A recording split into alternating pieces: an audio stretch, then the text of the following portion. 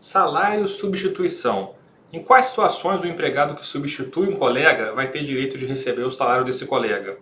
Será que vai ser devido, por exemplo, na situação em que o empregado substitua o colega durante o intervalo para almoço? Será que é necessário que o empregado substituto desempenhe todas as atribuições do empregado substituído? Ou bastaria que ele desempenhasse algumas tarefas do empregado substituído? Como é que o TST tem resolvido essa questão atualmente nas suas turmas?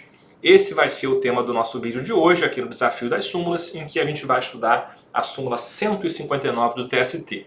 Então, se você está chegando agora ao canal, muito bem-vindo. Considere aí deixar sua inscrição, também deixar seu like aí no vídeo, caso esse vídeo te agregue de alguma forma. E se você já está inscrito no canal, muito bem-vindo de volta e vamos lá para a gente começar o nosso vídeo. Bom, a súmula 159, ela fala o seguinte: substituição de caráter não eventual e vacância do cargo. Inciso 1º. Enquanto perdurar a substituição que não tenha caráter meramente eventual, inclusive nas férias, o empregado substituto fará jus ao salário contratual do substituído. Então aqui, minha gente, a gente está diante de um instituto, eu posso chamar assim, que foi uma criação da jurisprudência do TST. A gente não tem, aqui não só do TST, mas da justiça trabalhista em geral, a gente não tem uma previsão legal específica exigindo, ou criando, ou prevendo o salário de substituição. É uma criação, portanto, da jurisprudência, certo? E aqui a gente pode botar como referência o artigo 450 da CLT, que menciona, né, a situação do empregado que é chamado a ocupar em comissão, interinamente ou em substituição eventual ou temporária, cargo diverso. E aqui o objetivo desse dispositivo seria garantir a contagem do tempo de serviço, né, naquele serviço, bem como a volta ao cargo anterior. Então perceba que esse dispositivo não prevê aqui a questão do salário substituição. Tá? É uma construção do TST a partir da ideia de isonomia.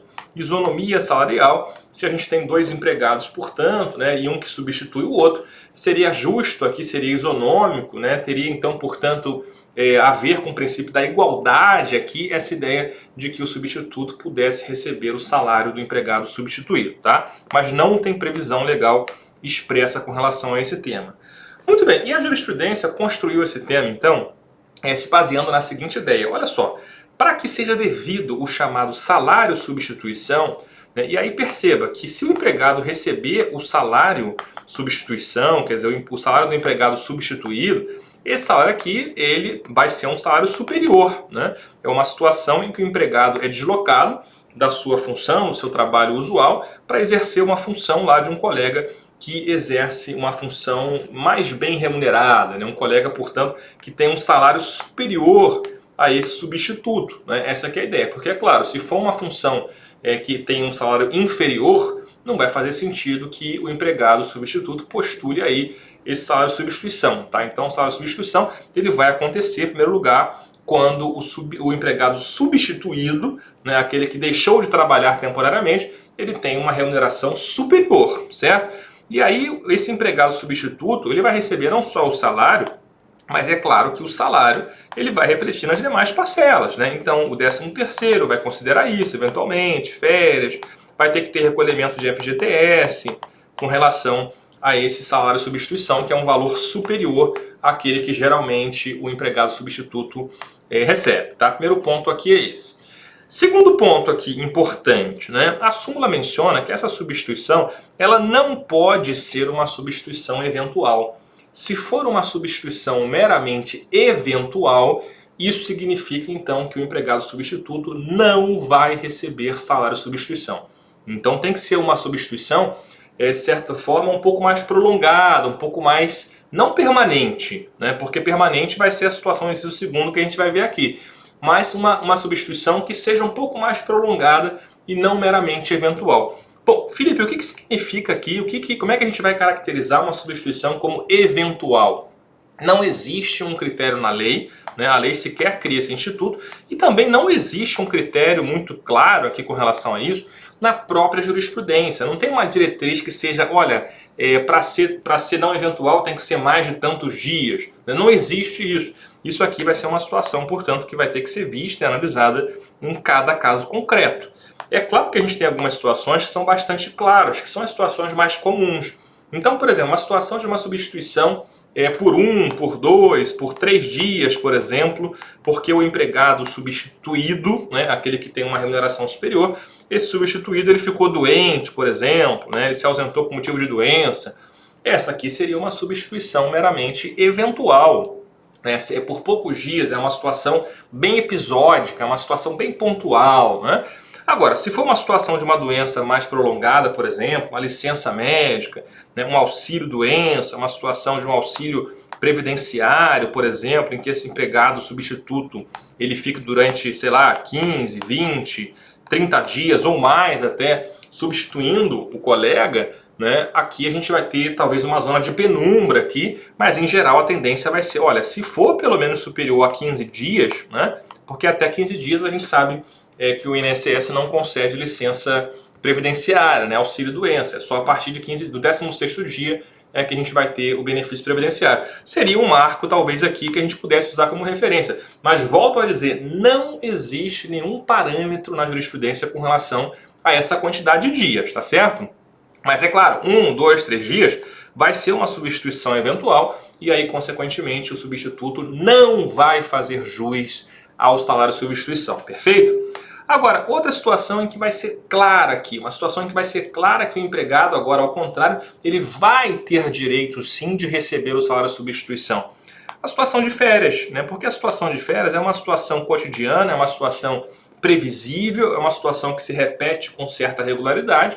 E aí, nesse caso, por exemplo, de férias ou uma licença, por exemplo, digamos que o empregador conceda uma licença não remunerada para os seus empregados, ou até uma licença remunerada para o empregado poder passar um período estudando, digamos lá 6 meses, o empregador conceda uma licença de 6 meses para que esse empregado possa terminar um curso fora do país, por exemplo. Né? Perceba, em qualquer situação como essa, férias ou licenças mais prolongadas, licença maternidade também, entre outras hipóteses aqui, são situações em que certamente o empregado substituto vai receber sim o salário de substituição, tá? Então essa situação aqui é uma situação que não é eventual, né? Não é uma situação pontual ali, e aí certamente a gente vai ter o direito aqui, o substituto vai ter o direito de receber o salário de substituição, tá? Então eu tenho dois extremos aqui, a situação nitidamente eventual, né, que é a situação da substituição 1, 2, 3 dias.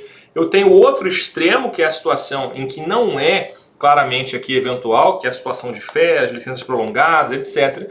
E é claro que entre os dois a gente vai ter uma zona de penumbra aí, que só no caso concreto a gente vai conseguir solucionar, ok? Mas essa aqui é a ideia aqui com relação a isso, tá?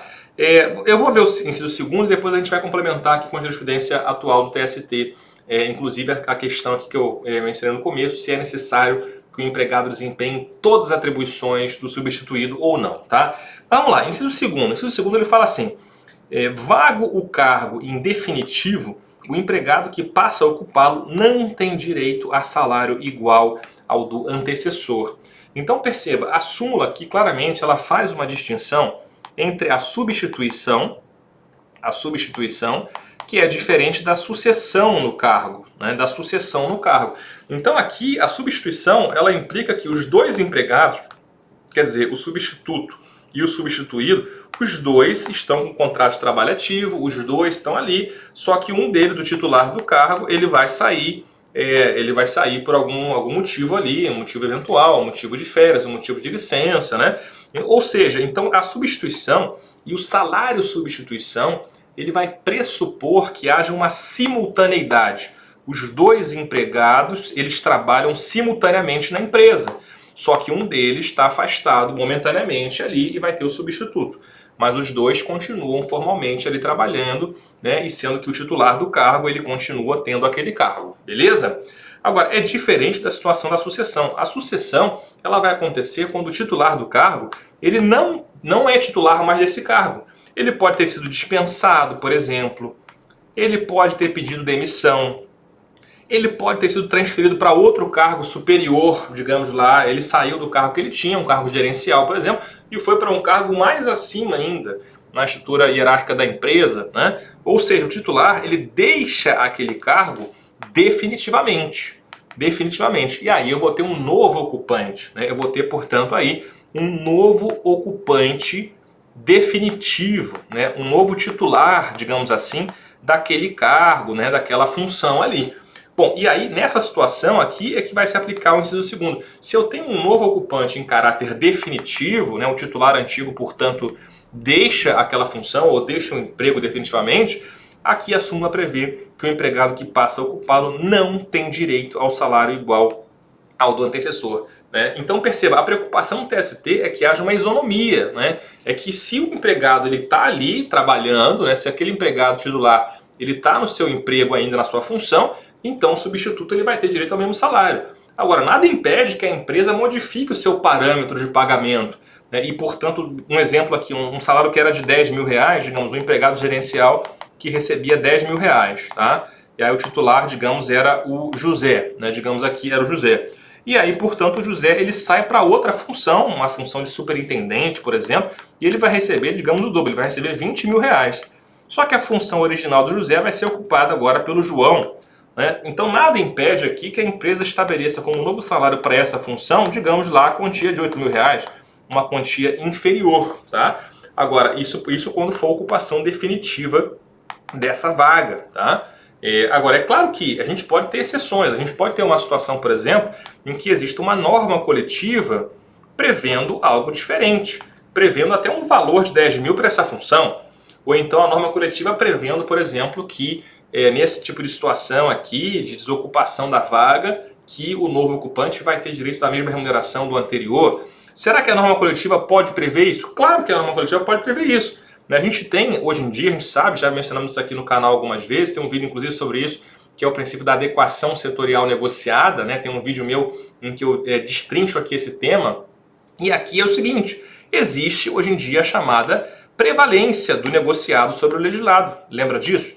Prevalência do negociado sobre o legislado. Então é claro que a norma coletiva, nesse caso, ela poderia criar um critério mais benéfico para o empregado substituto, né, que vai ocupar de forma definitiva aquela função, né, no caso de desocupação pelo titular daquela função. Norma coletiva pode? Pode, sem dúvida pode. Será que o regulamento da empresa poderia prever isso? Ou o próprio contrato de trabalho ele poderia prever isso? Sim. Por quê? Porque seria um critério mais benéfico ao trabalhador.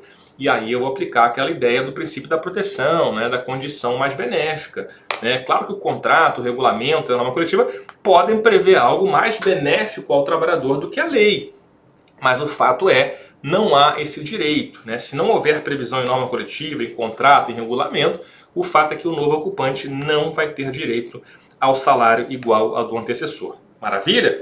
Bom, e agora vamos para a pergunta que eu fiz no começo aqui, que é justamente a situação das funções. Será que para fazer jus ao salário substituição, o substituto ele precisa necessariamente desempenhar todas as tarefas e atribuições do substituído? E aqui a gente tem aqui decisões recentes do TST, coloquei uma aqui da quarta turma, mas é o posicionamento das demais turmas do TST, que fala o seguinte, olha só, o fato de o empregado substituto ter ou não absorvido todas as atribuições do empregado substituído é irrelevante para deferir o pagamento de diferenças salariais decorrentes da substituição. A única exigência é de que a substituição ocorra de forma não eventual.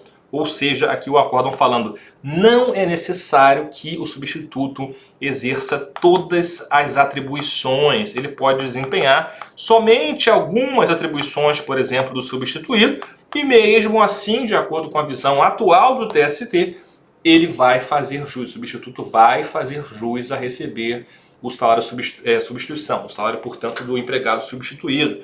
Trouxe um outro acórdão aqui, terceira turma, decisão de 2021. Mesma coisa, ela fala assim, referido verbete formular, nada menciona acerca da necessidade de se acumular funções para fazer jus às diferenças salariais decorrentes da substituição, ou mesmo que haja a assunção da integralidade das funções do empregado substituído.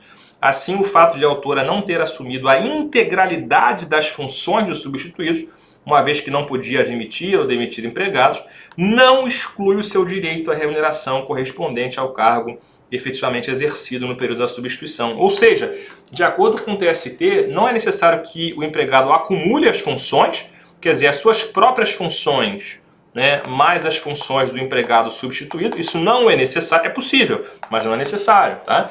e também não é necessário que haja a assunção de todas as funções ou da integralidade das funções do empregado substituído. Pode ser que alguns poderes, algumas atribuições não sejam assumidas pelo substituto e mesmo assim o substituto vai fazer jus a receber o salário de substituição. Essa é a jurisprudência atual, portanto, do Tribunal Superior do Trabalho. Beleza, minha gente? E aí, outra questão, aqui não lembro se eu falei no começo do vídeo, é o seguinte: se for uma substituição também para hora de almoço, para um intervalo, nesse caso a jurisprudência é bastante segura, é bastante firme no sentido de que não vai haver direito ao salário de substituição, tá? Aí seria um dever de cooperação, de colaboração do empregado. Então, se o empregado, por exemplo, o gerente saiu para almoçar, e aí naquela hora de almoço, uma hora e pouca de almoço ali, outro empregado fica colaborando e desempenhando aquelas funções do gerente, né, esse empregado não vai fazer jus a receber o salário de substituição. Maravilha? É isso que prevê, é assim que tem decidido a jurisprudência do Tribunal Superior do Trabalho com relação a esse tema. Beleza, minha gente? Então é isso. Se você está até aqui comigo nesse vídeo, não deixe de se inscrever no canal, deixar seu like, compartilhe com seus amigos e colegas para que esse vídeo possa alcançar mais gente, e o nosso projeto do Desafio das Súmulas, em que a gente analisa todo dia um vídeo com uma súmula do TST, esse projeto possa continuar crescendo. Tá bom? Grande abraço e até o próximo vídeo.